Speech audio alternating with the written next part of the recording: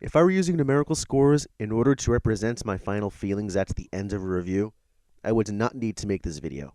But as it stands, I am not using numbers to sum up an opinion on a series, because first, opinions are qualitative by nature, not quantitative, and unless you've got the precision and fairly complicated processes of glass reflection, any number ascribed to a feeling will always feel at least somewhat arbitrary.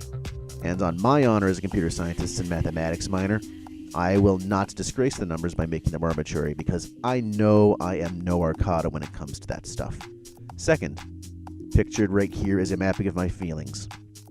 And this part circled is the second reason. Overlap between two grades. What the hell is that for? We'll get to it, and also the slightest preview of some of my anime tastes while we're at it. I'm Justin, and you are watching the RedStripe Review Explainer. At the end of every review that I do, I will summarize my overall feelings about a series or movie using one of 5 grades. They are in order from worst to best: bad, mediocre, good, great, and essential viewing. Now, first and foremost, my hope is that it will be exceedingly rare for bads and mediocres to be handed out. I want to enjoy what I watch after all, and thus will tend to search for series that I think I'll likely enjoy, or if that's uncertain, at least seem interesting enough in concept to be worth the risk. And thus, by extension, I want there to be lots of goods, greats, and essential viewings handed out over the course of this channel. As for the grades themselves, at the lower end, bad and mediocre are somewhat similar to each other, differing mainly in terms of degree. If we look at the scale from infuriated to indifferent, a bad series would be dangerously near infuriated, whereas a mediocre series would be closer to the middle or edging closer to indifferent. Now, if I ever decide to drop a series and nonetheless still make it a subject for review, it will not be considered any better than mediocre, guaranteed. Example of a bad series? Perhaps Oreshura. And how about mediocre?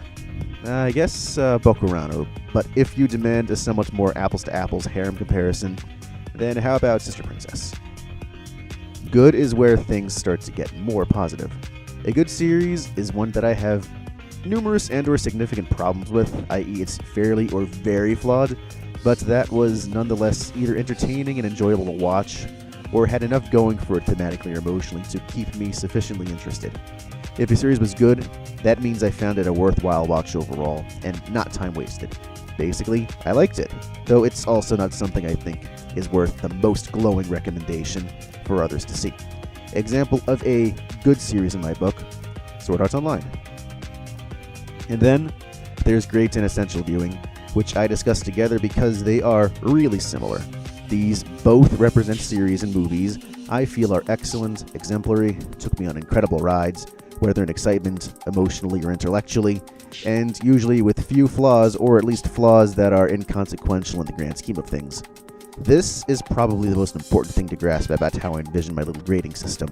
I don't see great series and essential series as having a discernible gap in quality that, say, exists between a merely good series versus a great series, or a mediocre series versus good. And there is significant overlap in the level of quality for what I think is great and what is essential.